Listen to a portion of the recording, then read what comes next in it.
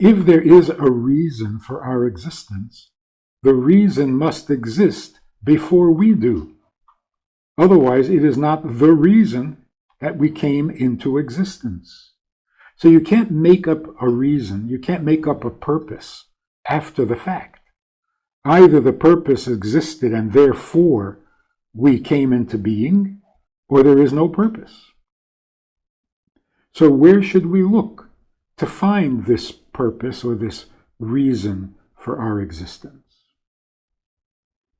It's particularly meaningful today, where for some reason everyone is asking the question. Even young children are aware, painfully aware, that I didn't ask to be born. If I didn't ask to be born, then tell me why I'm here. And if I don't know why I'm here, then I certainly don't understand why I have to clean up my room. If I don't know why I'm here at all in the first place, I really don't understand why I have to go to school. And why do I have to grow up? And why do I have to accomplish anything? My whole existence is invalid, unnecessary, and yet you're piling all these responsibilities on me? For what? To make my unnecessary existence prettier, bigger, heavier? Who needs it? This is such a valid observation, and it's so intuitive that even young children are recognizing it. So we need to have an answer, if not for ourselves, then for the children. So where are we going to look? Where are we going to find this answer? Obviously, if we're going to know the purpose, we have to hear it from the Creator. There's no way I can figure out why there's a desk in this room if the person who put it here won't tell me. Because there are infinite possibilities. And how am I going to know which one is the correct one? Now, I know somebody put it there. It didn't happen by itself. So I know that there is a reason for the table to be here. But how am I supposed to guess?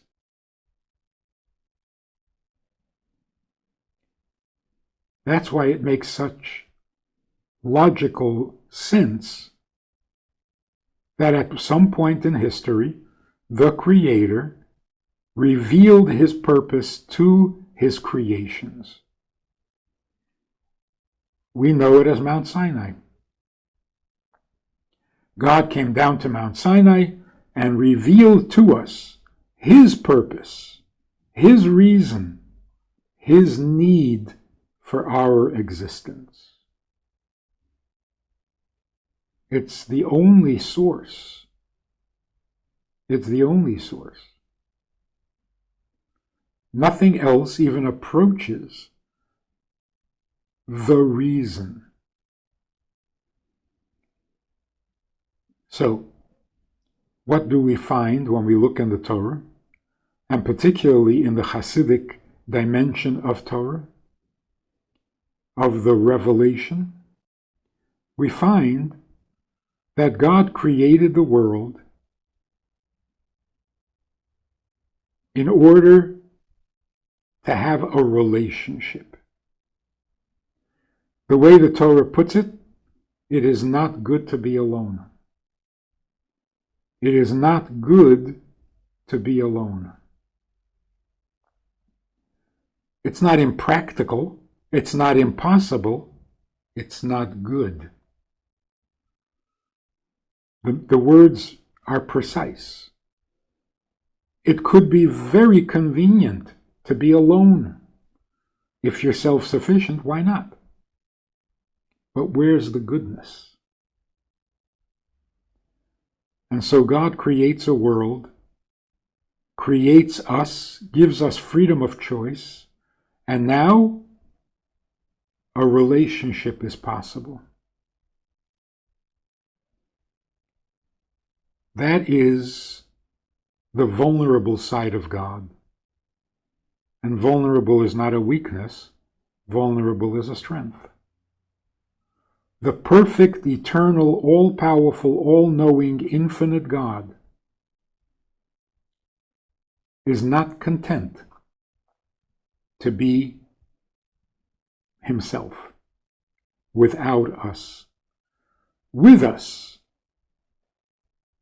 is divine contentment. And we, being created in his image, have that same instinct or that same impulse, that same feature. We don't want to be alone, even when we're fully capable of it. Even when we think we're perfect, it's not enough. Perfection is not good enough.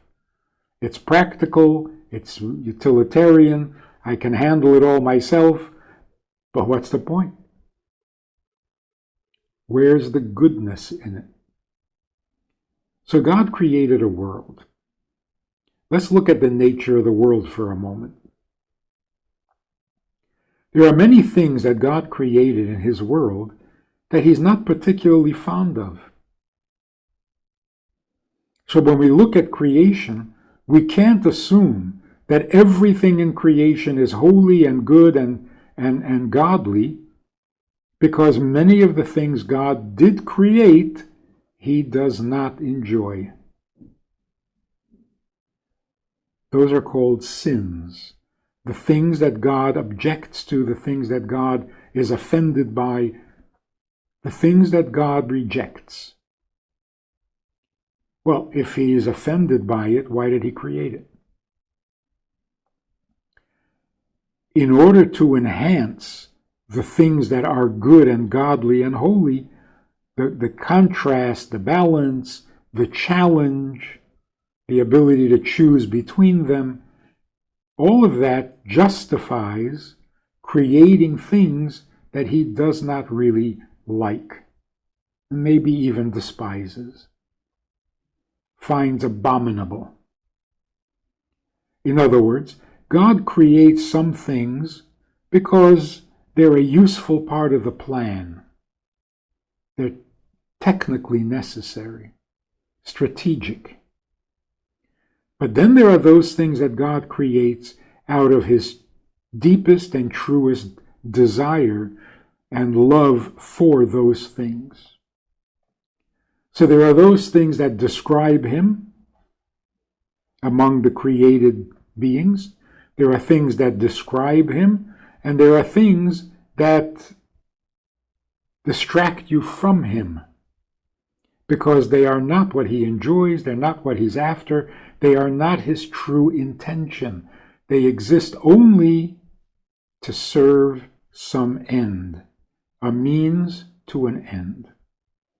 So this is how the universe breaks down. There are those things that are the end that God is looking for, and then there are those things that are only a means to the end. What is the difference between them? When you're raising your children or engaging in an intimate relationship, if I think of you as a means to an end, you will be insulted, you will feel rejected, you will be resentful, and you will feel completely alone in the world, even though I need you as a means to an end. But if you are not the end goal for me, then as much as I use you, as much as I need you, you feel completely alone because it's not about you, it's about a means to an end. So if parents think of their children as a means to an end, I want to raise my children properly so that people will think of me as a great father, as a good parent. I'm just using my kids to make myself feel better. The children will feel it, They will know it and they will resent it. But if the children are the end, if the children are my greatest consolation for all the aches and pains of life, because they are the goal and not a means to the goal, then they are not alone in the world. And the same is true with a spouse. If it's you that I need, then you feel connected, recognized, validated, and so on. But if it's some service you offer, if it's something I get from you, that's nasty. That's unholy. So those things that God created because that's what he wants in his world, that's called holy stuff. Those things God created and needs, but only as a means to an end, those things are called unholy. That's where all ungodliness begins. Because it is not the essence of his plan, it's just a tool towards achieving the goal. Now, what happens? You spoil your child because you're not really interested in the welfare of the child. You just want to get by, and you want quiet, not justice. The child knows this. So you give a child an ice cream so that he'll be content and won't bother you. 10 minutes later, the child wants another ice cream. And you say, no, you can't have another ice cream. You've already had one. So here's what happens. You would think that the child would be a little grateful for the first ice cream and think of you as a kind and generous parent. But instead, what happens, the fact that you gave the first ice cream now becomes the poisoned dart with which your child is going to shoot you.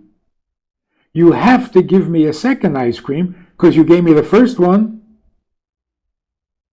So instead of the first ice cream producing a closeness and an appreciation and a gratitude, it turns rotten. It becomes an accusation, grounds for demand. You must give me another ice cream. In other words, when a child is not the object of your life, of your purpose, but only a means to an end, everything you give that child will produce resentment and not contentment or gratitude. So that's what happens when God creates a being or a function in the universe that is not what he really wants. We call that unholiness, but it deteriorates from unholiness into sinfulness. Because those things that don't feel like they are the core and essence of God's purpose, all the life that it receives, all the existence that God gives it, produces only rebellion and resentment. The sin does not appreciate its own creation. You think, look, you may not be holy, but God created you, so can you have a little decency? Can you have a little gratitude? No, the opposite. That's the nature of unholy. The nature of the non-essential is that it does not appreciate its own existence. It doesn't appreciate the gifts you give it, because everything reminds this being that this is not about you. A simple example. If a mailman has to deliver a package, or the UPS guy has to deliver a package to someone who he happens to hate, well, he's got to deliver the package. So he does. You might foolishly think that the person, the enemy, the person that the mailman hates, who also hates the mailman, you would think that there would be a little gratitude. Thank you for delivering the package. There's none. There's only resentment. Why? Because it is so palpable. It is so obvious. The way that the mailman delivers the package, without having to say a word, it speaks volumes. He doesn't look you in the eye. He doesn't hand it to you in your hand. It's like he drops it in front of you, at your feet, and says, "Here. This is not coming from me. I didn't want to deliver this to you. It's just my job. And I'm not giving this to you because I care about you. Just my job. So this is not really coming from me. If it were up to me, I wouldn't deliver this. And it's certainly not meant for you as far as I'm concerned. So there is nothing between us, and don't misunderstand my delivering the package as some kind of an acceptance or some kind of approval or some kind of improvement in our relationships. So that energy, that vibration, does not bring an improvement at all. On the contrary, where's last week's package? Why didn't you bring last week's package? Why do you throw it around like it's... It will only bring resentment, complaints, and animosity.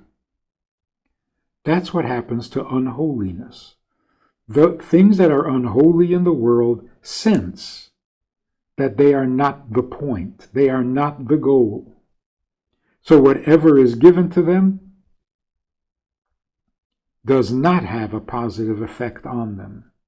There is no gratitude.